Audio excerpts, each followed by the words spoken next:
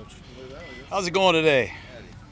Be happy to answer any questions I can. Got a lot of good situations covered, and some things obviously we got to clean up. Going live, something you wanted to do going into camp, do that today.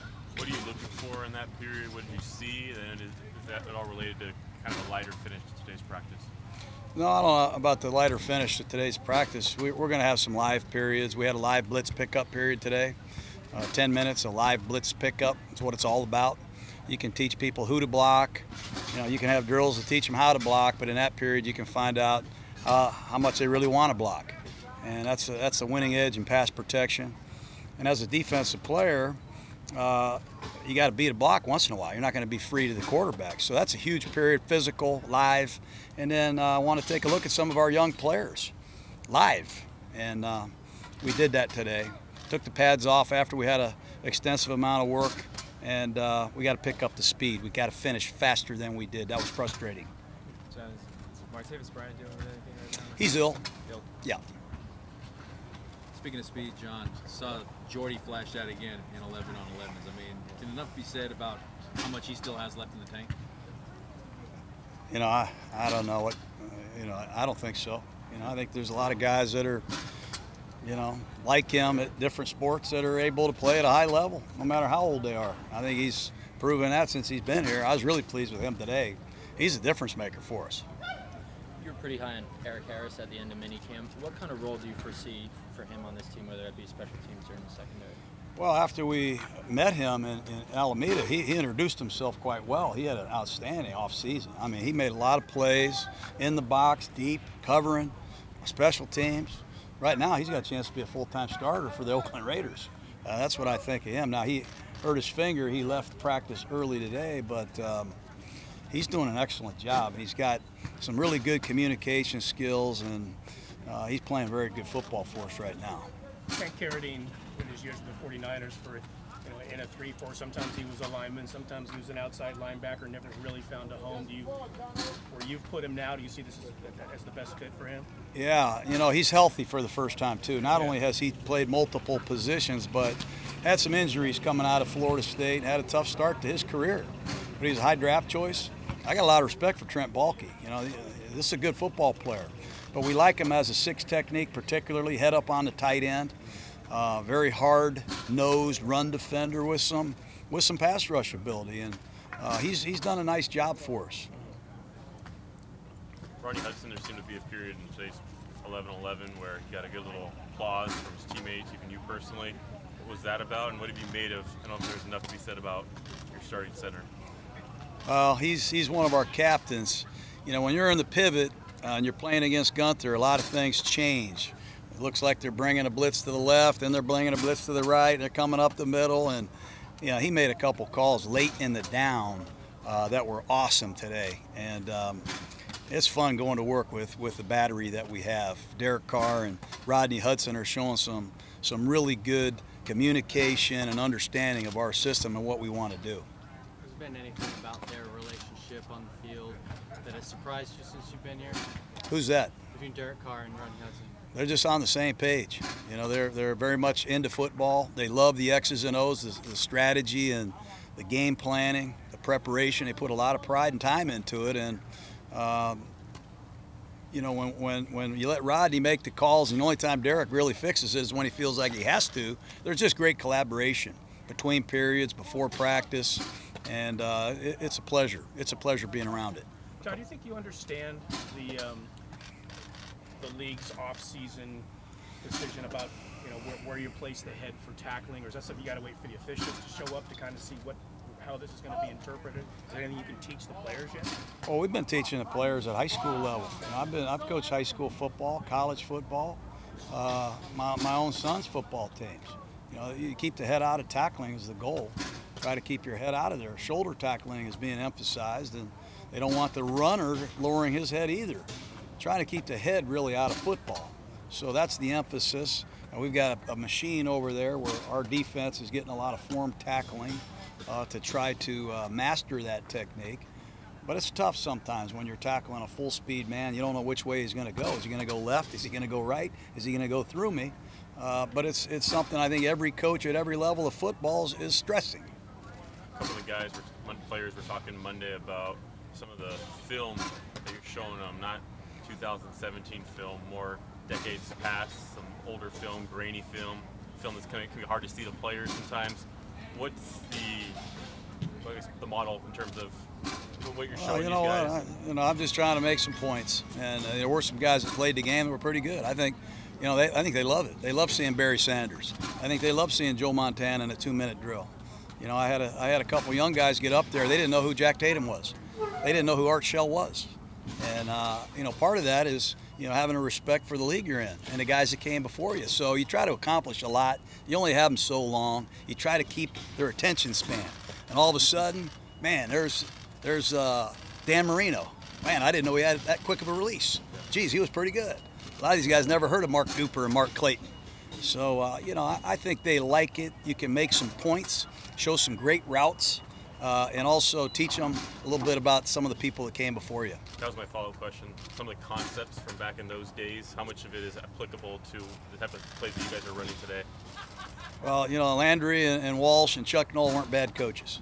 They did some good things. And they did some good things from a fundamental drill standpoint, too, and showing guys the drills that Jerry Rice did, showing them how Roger Craig practiced. Those can be great teaching moments. And look, we're not running a 1964 operation here, but there are some things that happened in 1964 that were pretty damn good.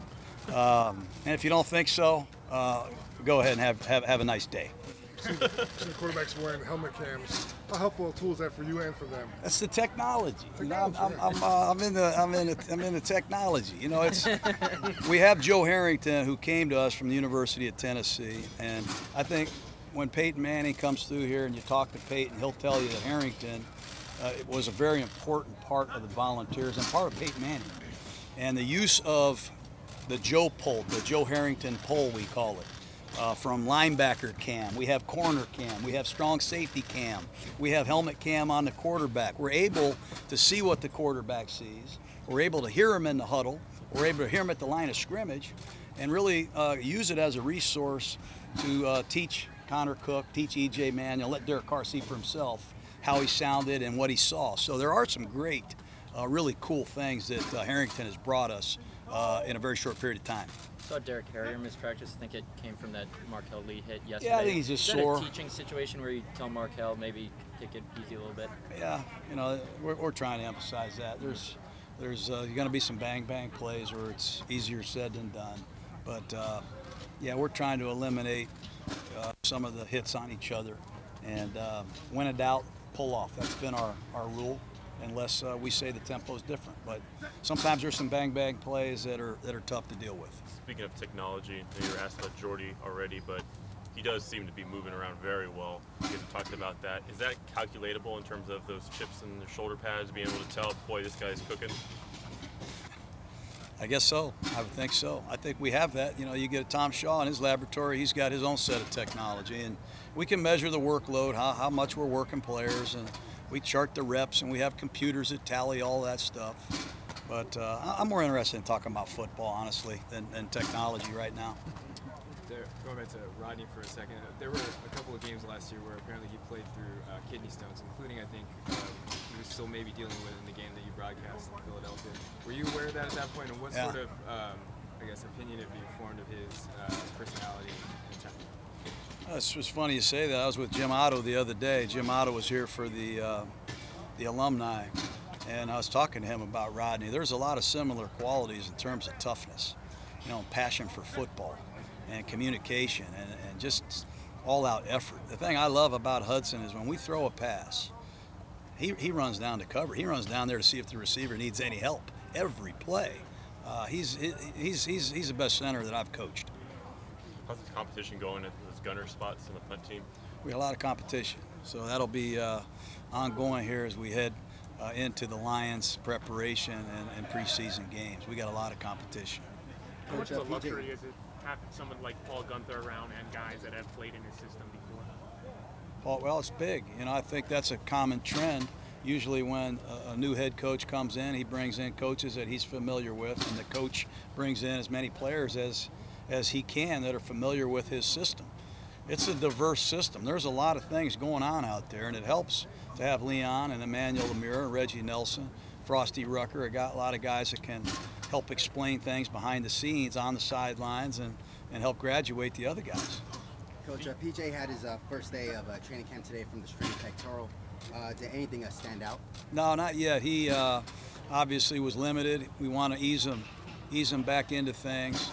He did a lot of individual work. We'll try to get him some one-on-one rushes tomorrow and ease him into the 9-on-7. Remember, he didn't get the 4 days of the rookie preparation, so we're happy to have him back. We think he's an inside pass rusher. He's hard to block, and hopefully we continue to see progress. Have you and Matt Patricia already talked about what you want to accomplish during your practices, or does that happen closer to the days? Yeah, we've talked a couple times. You know, it's going to be a pretty standard practice where we're going to work. I think the big thing is we're going to work together, making sure that we have an etiquette in how we practice. We're going to try to hit some different situations. There'll be some really fun live goal line elements, but we want to work on our punt protection. We want to see a different opponent that plays different defenses, and so do they. So, yeah, we'll collaborate further when they get here, but we've already had pretty good dialogue in terms of the format. You guys brought in a lot of different cornerbacks, and you drafted one. Are you happy with the depth there? Top to bottom, seems like there's a lot of quality throughout. We're gonna have to wait and see. You know, we felt that was a position that we needed to address. Unfortunately, Conley has been unable to stay healthy. We like him when he's out there, but he's missed a lot of time. And we like Melvin, we like Worley, we like a lot of the things we see from Nick Nelson. We got a lot of contenders. But as Gunther said yesterday or 2 days ago, it's wide open. It's wide open. Johnny Townsend, again today, exhibited that directional punt ability that he has. What kind of factor do you think that will be, particularly in the division with Tyreek Hill and some of the other punt returners you'll be seeing this season? Yeah, I think it's a big factor. I mean, we're not going to promise anything, but we really don't want to punt the ball down the middle of the field to that guy or any guy, nor does anybody else in this league. You know, you want to try to pin the guy between the numbers and the sideline, give your punt coverage team an idea where the heck the ball is. And also the thing, it's a hidden, I think, area with Townsend is he's a great holder. You know, he puts the ball down and handles it well, spins the laces, and tilts it properly. So he's a mature guy. We like what he's done. There's a theory going around about Garrett Conley about vitamin D deficiency. Anything to that, or really? That's the. I mean, I hate to do it, but that's the. Rodney Hudson mentioned it last year, and I guess Papa the other day. So is that something you've heard or discussed about? I haven't heard that. I've not heard that. What's that? Makes it hard to heal, is it? Is that what it is, vitamin D? We'll try to get some supplements for him.